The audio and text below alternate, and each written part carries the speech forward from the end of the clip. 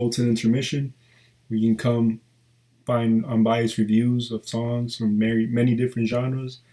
Um, I'm very new to this. This is my first video I've uploaded to YouTube, my first channel, only channel. Um, so yeah, this is raw as it gets. I'm using my computer monitor and my headset as a microphone. There's nothing, nothing fancy. I'm not no fancy YouTuber or nothing like that. I just like to get the most raw, unbiased reviews of songs. I like to break down lyrics, break down meanings or messages from the song, and just see what you guys think. Um, I'll be doing many different type of genres, not just hip hop, rap, hip hop. It'll be definitely even country. Believe it or not, I'll do some country songs. But yeah, it's just a channel where you can come look up a song that you may like and see what I think about it if that interests you. So yeah, today we're gonna review Royce the 5'9" and featuring j.cole, Boblo Boat. This is a new song, I believe. It just came out last week or so. So let's get it started. And I like to see the lyrics when I review, just so I can see what I'm listening to. Let me start up the song.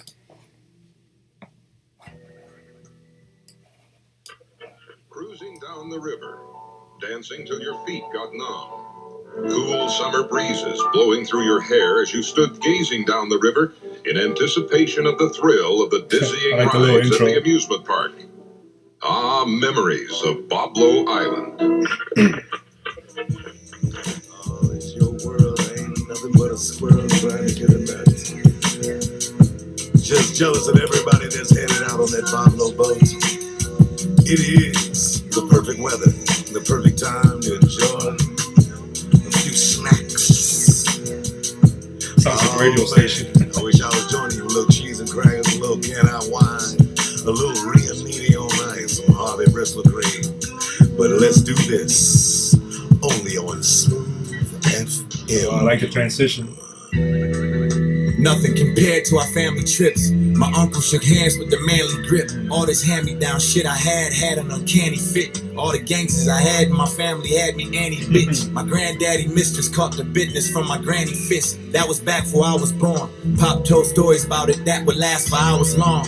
And as a family, we was just so happy when him and mama got along. On our way to that. Joe, let me stop there for a second. Let me just go back to what he was saying. Okay, so he started off talking about, there's nothing compared to our family trips. My uncle shook hands with a manly grip. That tells you something. That he comes from a strict family. He comes from a strict household, because that's some old school shit right there. I don't know about you guys, but when I shake someone's hand, mostly referring to a male, when I shake their hands, I try to go as firm. Firm grip. It just shows you're an authority. Shows you're a person that likes to, that's in control, that has a lot of confidence. It's like just a confident, strong grip. So I can see what he means. That's an old school uncle. Obviously, he's talking back in the day, and then he's talking about all the hand-me-down shit. It had an uncanny fit. Everybody went through that when they were kids. If you had a younger sibling, or you were the younger sibling, you would get the hand-me-downs, or you would give the clothes that don't fit you to your younger brother. And, it's just the way, the little wordplay he did. It's nice. It's clever. Very, very simple, but very effective. Okay, then he's talking about all the gangsters I had in my family had me an anti-bitch, saying, they raised them to be tough. They raised them not to be, not to be weak. He came in, it looked like he came in a strict environment, very, very strict environment. So I like the way he's painting the picture, giving you the idea of how his younger days were. That's very nice. And then he's talking about his granddaddy mistress caught business from his granny's fist. That's clever, man. That's funny. There's a little joke to it, a little humor to the verse. Okay, then he's just going on and started. Back up a little bit. I think I messed up a little bit. There you go. Got along on our way to that black amusement park. Wood roller coasters, crack sold on plastic scooter cars. Smoking grass at the vintage food court. Broken glass waiting on you on the swimming pool floor. I came across my identity on the Boblo boat. That's where I lost my virginity. No condom though. That's when paranoia hit me like when superstition does. Left my inhibition. So we go back again a little bit. So he's talking about the, he's giving you the image. He's sending up the image, the environment where he was in. He went to a black amusement park, wood roller coasters, crack soul and plastic scooter cars. Like, come on, man, that's crazy. You imagine walking into an amusement park, you're over there with your family or your friends and shit, and you see some fucking crackheads over there selling some crack and shit, fucking dope fiends and shit. That's crazy, man. So that's clever, man. That's so clever. The way he just sets up the environment for you to have the image in your mind. I mean, that's how I got the image. As soon as he starts talking about that, you start visualizing it. It's crazy. And then he's talking about smoking grass on the vintage food court. Broken glass waiting on you on the swimming pool floor. It just sounds like a horrible environment. It just sounds like a shit place where crackheads and fiends are at. And then he's talking about how he found his identity in the Boblo boat. That's where I lost my virginity. No condom though. And then that's when paranoia hit me, like when superstition does, which, it's clever because, I know everybody can relate to that. It's very relatable. The paranoia you get when you have sex with someone and, use protection, that's definitely something to have you a little paranoia. And then he's talking about superstition that's left my inhibitions, I guess, where my supervision was. I'm sorry. So he's basically saying that he wasn't well supervised. It was a horrible environment. He wasn't being supervised. Just shitty ass place, it sounds like. He's talking about, all right, let's get going with the rest of it. Does. Left my inhibitions, I guess, where my supervision was. Parties on the way to the island would be the livest though. First time Big Bro hit the bottle was on the Boblo boat. But neither one of us knew that we would both grow up and turn to alcoholics though. Boblo boat. That's crazy, Pause it real quick. He's basically saying that they didn't know him and his brother was the first time he hit the bottle was on the Boblo boat. His brother, and then he's saying that, but neither of us knew that we would grow up to be alcoholics though. That's tough to admit, man, because a lot of people neglect that part. Like a lot of people, they know they're alcoholics, but they're like, nah, man, I can handle my alcohol. And then they get all crazy. But for him to say that, to basically admit that he himself turned into an alcoholic, nonetheless his brother, that's crazy for him to be able to accept that or tell it to the crowd, to the audience or his fans. Let's keep it going. Yeah.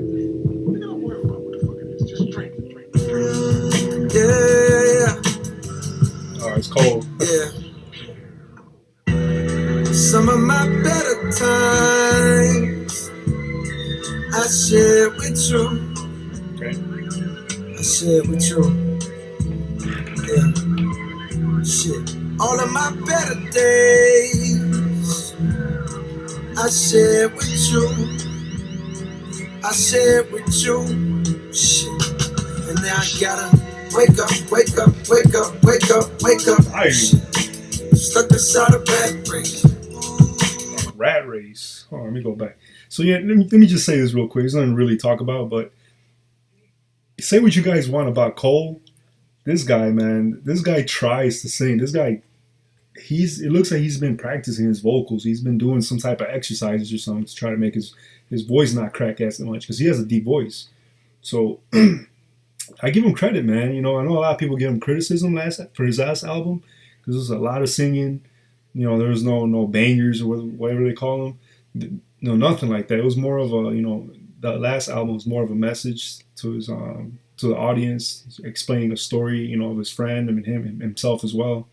And there was a lot of singing involved, So it's crazy, it's crazy to see him. Yeah, I'm glad. I like him singing, man. He brings like that soul to the song. He brings like that different vibe to it. So, man, Cole, do your thing, man. I like that. Let's keep it going.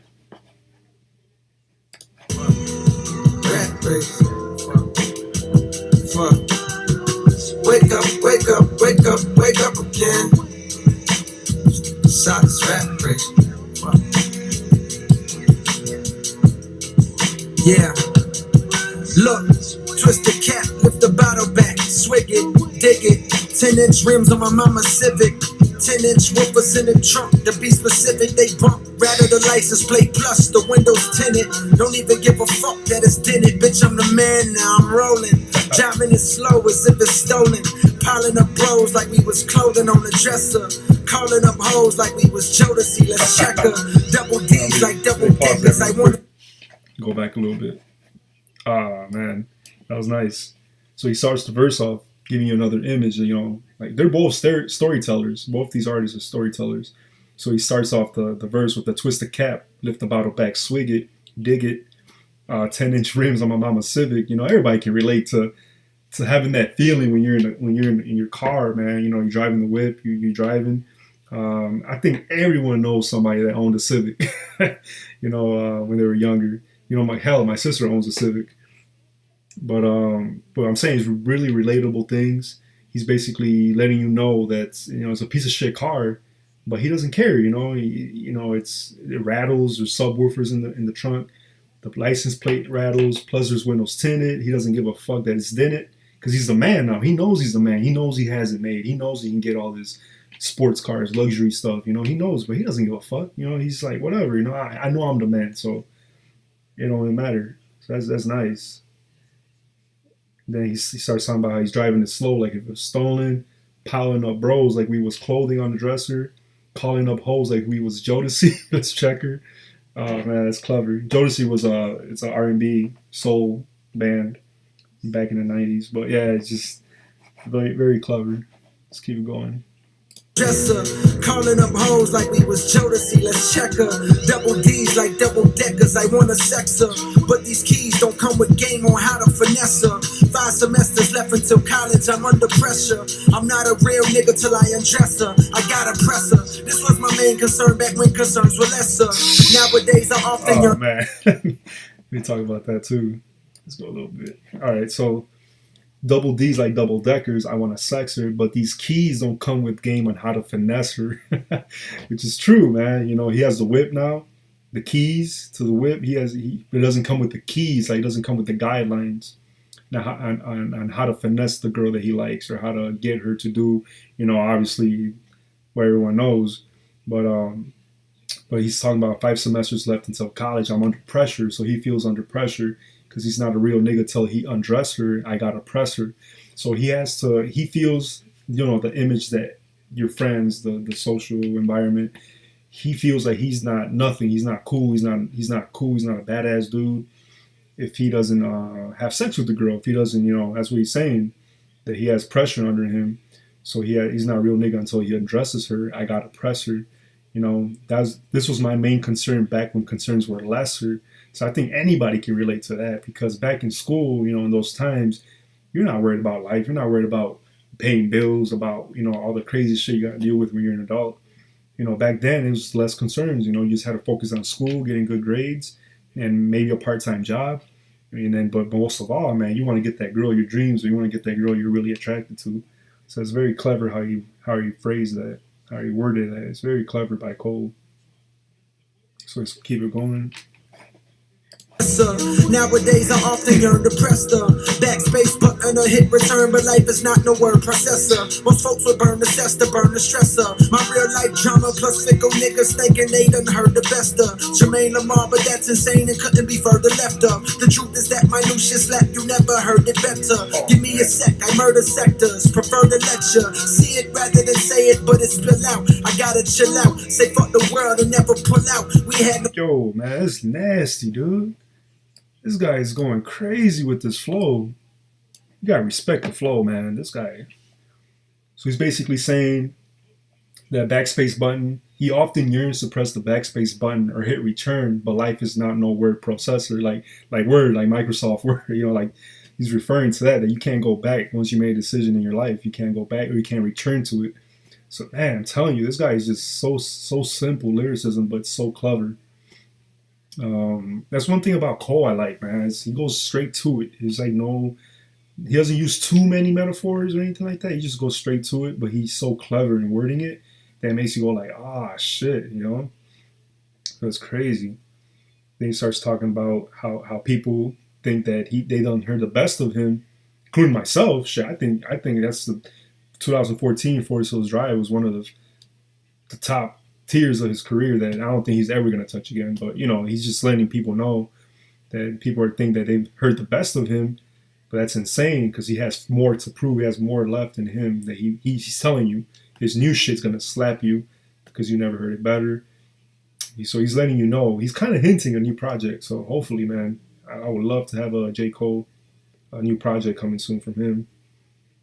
Definitely review that. So now he's just talking about, you know, fuck the world, never pull out. So he's basically saying he hinted that he's gonna have some shit coming. So hopefully, let's cross our fingers. I'll definitely enjoy a new project from him. Let's keep it going. Pull out, we had no Boblo boat, but I could note those sounds just like the Bible quote. BC, before cell phones, the first time I would smoke, I was 6 years old, but that's for another chapter, that's for another story. To God be the glory, I made it out unscathed, and now I sunbathe with my son in Tanzanian sun rays, thinking about them days. Thinking about them days. Oh man. This shit fire, man. It's a nice ass song. Dope as shit, man. Smooth, it's a chill song. I can definitely see, I'll definitely be listening to this in the summertime. What the fuck it is? I enjoyed the song. Let's go back a little bit on the last verse. So he's fucked the world and never pull out. We had no Boblo boat, but I could note those times is like a Bible quote. BC, before cell phones. It's clever. I'm telling you, man. This guy's it's clever. You gotta appreciate that. So he's basically saying the Bible quote BC before Christ, but he's referring to before cell phones, which before Christ, that's a whole different time. That was very different than it is now. And before cell phones, you can relate to. You can kind of compare the two because before cell phones, everything was different. You had to go home and make a phone call. You had to go a payphone to get a phone call. It's different. Than social media now and all this. So the reference, it's crazy, man. He's just basically talking the first time I was smoked, 6 years old.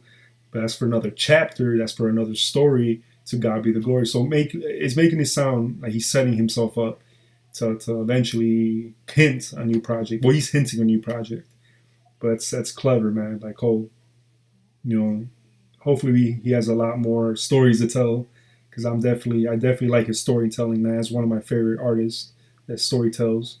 He's very good at it, and it's stuff that you can understand. Like, there's not a lot of like it's simple lyricism. It's simple, but it's clever. It's just him telling a story, just the way he phrases it. It's crazy. But yeah, that's a review for Boblo Boat. Hope you guys enjoyed. If you did, hit that subscribe button, the little notification bell, I think it is. When I upload new videos, I'm definitely going to try to do it daily if I can, or every other day. I'm new to this, like I'm saying, I do appreciate the feedback, negative or positive, whatever it may be. Feedback on better equipment. If I can get better camera. Eventually, I'll get like a green screen or something to have something behind me. But that's just from later in the future.